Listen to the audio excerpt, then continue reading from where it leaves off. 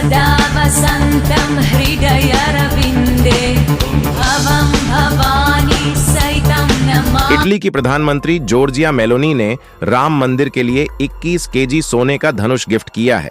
यही नहीं, इटली की प्रेसिडेंट जॉर्जिया मेलोनी के साथ साथ इटली के लोग भी हिंदू धर्म से इतना प्रभावित हो गए हैं कि उन्होंने दुनिया की सबसे बड़ी भगवत गीता का निर्माण कर डाला है।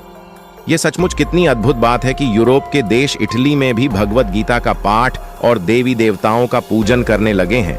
इटली की महिलाओं का कहना है कि राम मंदिर को देखकर शायद ही किसी की आंखें नम ना हुई हो, और जिसका गवाह बनकर शायद ही कोई हिंदू होगा जो भावुक ना हुआ हो। हमें अब भी यह यकीन नहीं हो पा रहा कि क्या सच में राम लल्ला अपने घर लौट आए हैं। कैसे इटली के शहरों में वहां की महिलाएं भी हिंदू धर्म में बहुत आस्था दिखा रही हैं। दोस्तों, भगवत गीता में भगवान कृष्ण कहते हैं कि जहां सत्य, धर्म, लज्जा और सरलता का वास होता है वहां भगवान निवास करते हैं, और जहां प्रभु श्री राम निवास करते हैं वहां विजय का वास होता है। दोस्तों, हमारा हिंदू धर्म पूरी तरह से सत्य और धर्म के विचारों को मानता है। इसी कारण असंख्य आक्रमणों के बाद भी हिंदू धर्म के अस्तित्व को कभी खतरा नहीं आया। कितने सौभाग्य की बात है कि हिंदू धर्म को मानने वाले लोग ना ही कट्टरपंथ को बरवा देते हैं और ना ही मानवता के प्रति आतंकवादी सोच रखते हैं। तभी तो आज विश्व में हिंदू धर्म को मानने वाले लोगों की संख्या बढ़ती जा रही है। दोस्तों, आज की वीडियो में आपका स्वागत है। प्रभु श्री राम के लिए वीडियो को लाइक करें और कमेंट में जय श्री राम जरूर लिखें। पीएम मेलोनी ने वहां के हिंदू धर्म को मानने वाले लोगों की भावना को समझते हुए जो 21 किलोग्राम सोने का धनुष गिफ्ट किया है, उसे भारतीयों द्वारा खूब पसंद किया जा रहा है और भारत के लोगों में भी काफी खुशी दिखाई दे रही है। दोस्तों, लोगों द्वारा मेलोनी की तारीफ में लगातार प्रतिक्रियाएं आ रही हैं। दोस्तों, आपको जानकर हैरानी होगी कि इटली में ब्रिटेन के बाद यूरोप में दूसरा सबसे बड़ा हिंदू समुदाय निवास करता है। इटली के हिंदू राम मंदिर बनाने के लिए वहां की सरकार पर दबाव बना रहे हैं। कमाल की बात यह है कि दीपावली का त्योहार इटली में बहुत धूमधाम से मनाया जाता है। इसका हिंदू संगठन के आधिकारिक हिंदू धार्मिक त्योहार के रूप में मान्यता प्राप्त है। दोस्तों, इटली में भारतीय दर्शनों का खूब प्रचार प्रसार हुआ है।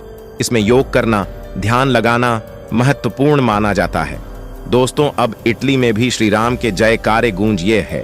इटली का इकलौता और पूरे यूरोप कॉन्टिनेंट का सबसे बड़ा हिंदू गांव जो इतना अनोखा है, जिसकी आप कल्पना भी नहीं कर सकते। इटली के इस गांव में रहने वाली महिलाएं केवल साड़ियां पहनती हैं। यहाँ के पुरुष केवल धोती, कमीज और सनातन के दूसरे पारंपरिक कपड़े पहनते हैं। गांव में खेती करने के लिए ट्रैक्टर का यूज नहीं, बल्कि बैलों के साथ सनातन के प्राचीन तौर तरीकों का इस्तेमाल किया जाता है। यहाँ के बच्चे मॉडर्न एजुकेशन के साथ साथ संस्कृत भाषा सीखकर वेद ज्ञान का अनुसरण करते हैं। और सबसे बड़ी बात, यहाँ के बच्चे स्कूलों में माथे पर तिलक लगाकर जाते हैं और स्कूल से आने के बाद इस गांव में बनी गौशालाओं में गौ माता की सेवा करने जाते हैं।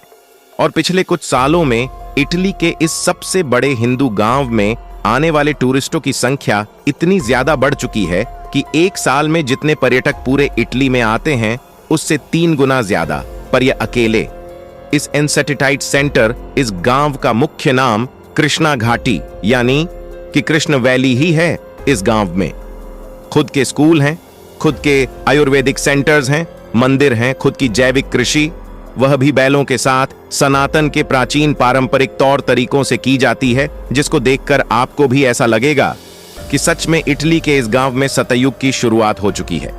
दोस्तों, आज से 500 साल बाद जब इस बात का जिक्र होगा कि 22 जनवरी 2024 को अयोध्या में भगवान श्री राम के मंदिर की प्राण प्रतिष्ठा हुई, तो दुनिया उन लोगों से जलेगी, ईर्ष्या करेगी जो जीते जी सब देख पा रहे थे।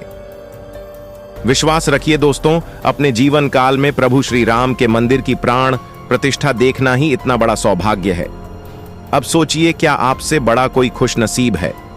और अगर नहीं है तो इसके लिए ईश्वर को थैंक यू बोलिए। मैं वह मोमेंट देखकर इमोशनल हो गया जो मंदिर की प्राण प्रतिष्ठा के समय इटली की यह महिलाएं श्री राम की भक्ति में झूम रही थीं। यह वह ओजस्वी महिलाएं हैं जिन्होंने राम मंदिर के लिए अपना घर त्याग दिया, कितनी पीड़ा झेली, कितने सपने देखे और अब जब सालों बाद इनका सपना पूरा हुआ तो अपने अपने आप को झूमने से रोक नहीं पाई और वहीं भव्य मंदिर के सामने खड़े होकर नाचने लगी।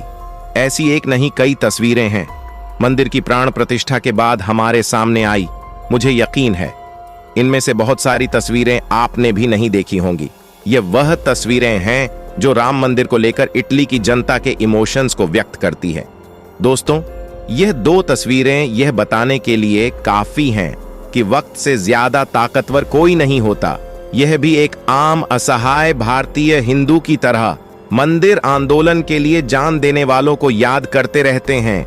वह उस वक्त उतने ही मजबूर थे जितना मंदिर की चाह रखने वाला हर आम हिंदुस्तानी, जो सिर्फ अपने प्रभु को टेंट में रखा हुआ देखकर रो सकता है मगर उनके लिए भव्य मंदिर नहीं बनवा सकता।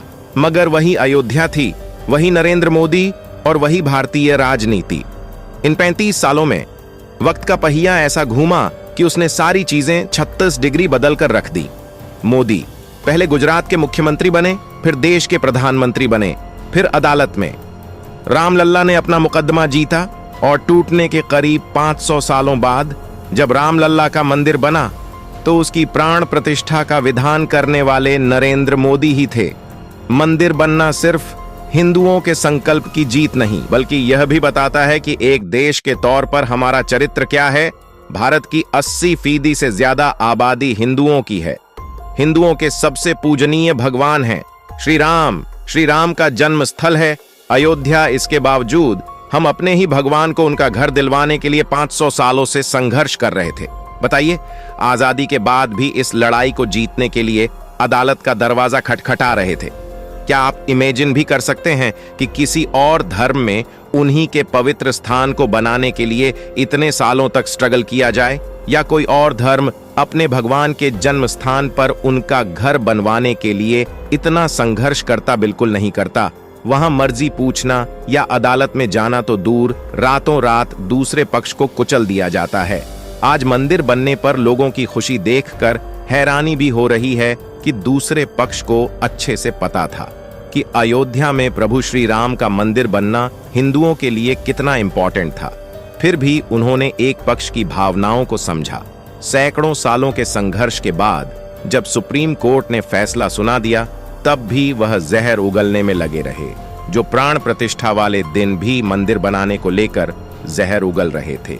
वह विवादित ढांचा तोड़कर मंदिर बनाने की बात तो करते हैं, मगर उनके पास इस बात का कोई जवाब नहीं है कि उन्हें कैसा लगता अगर उनके किसी पवित्र स्थान को तोड़कर दूसरा पक्ष वहां मंदिर बना लेता। जब उनसे यह पूछा जाता है कि विवादित ढांचे को क्या मंदिर तोड़कर नहीं बनाया गया, उस पर भी वह कुछ नहीं बोलते।